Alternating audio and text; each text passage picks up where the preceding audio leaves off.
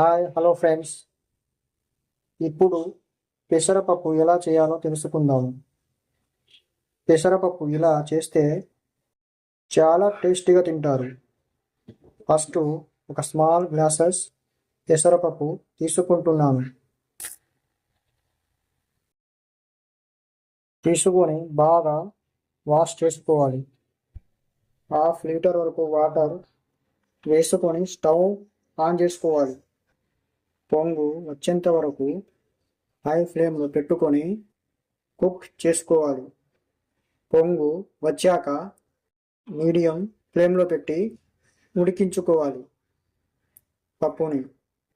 So ఇలా పప్పు కాస్త మరిగేటప్పుడు దానిలో ఒక పెద్ద సైజు ఉల్లిపాయని ఇలా ముక్కలుగా కట్ చేసుకోవాలి.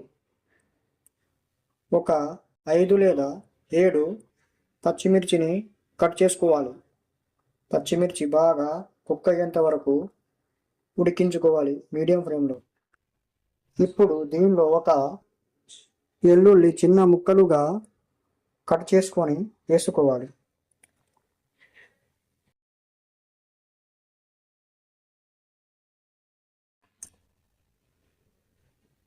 అలాగే ఒకసారి పసుపు వేసుకోవాలి.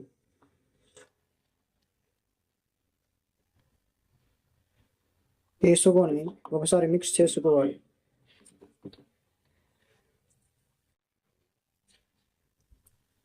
మిక్స్ అయ్యాక దానిలో అల్లం వెల్లుల్లి కూడా ఇలా పచ్చపచ్చగా దంచుకొని వేసుకోవాలి. ఇలా వేసుకుంటే పప్పు చాలా టేస్టీగా ఉంటుంది. పప్పు మరిగేటప్పుడు వేసుకొని బాయిల్ చేసుకోవాలి. ఇప్పుడు పప్పు ఉడికిందా లేదా ఒకసారి చెక్ చేసుకోవాలి.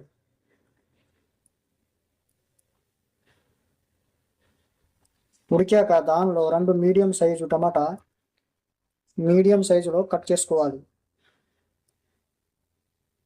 చేసుకున్న తర్వాత పప్పులో వేసుకోవాలి.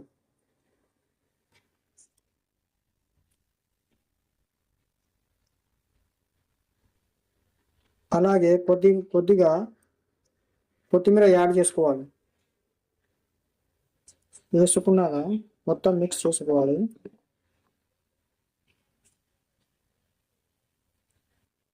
టమాటా కంప్లీట్గా సాఫ్ట్గా అయ్యేంత వరకు మీడియం ఫ్లేమ్లో మూత పెట్టుకొని కుక్ చేసుకోవాలి. అలాగే సరిపడా ఉప్పు కూడా వేసుకోవాలి.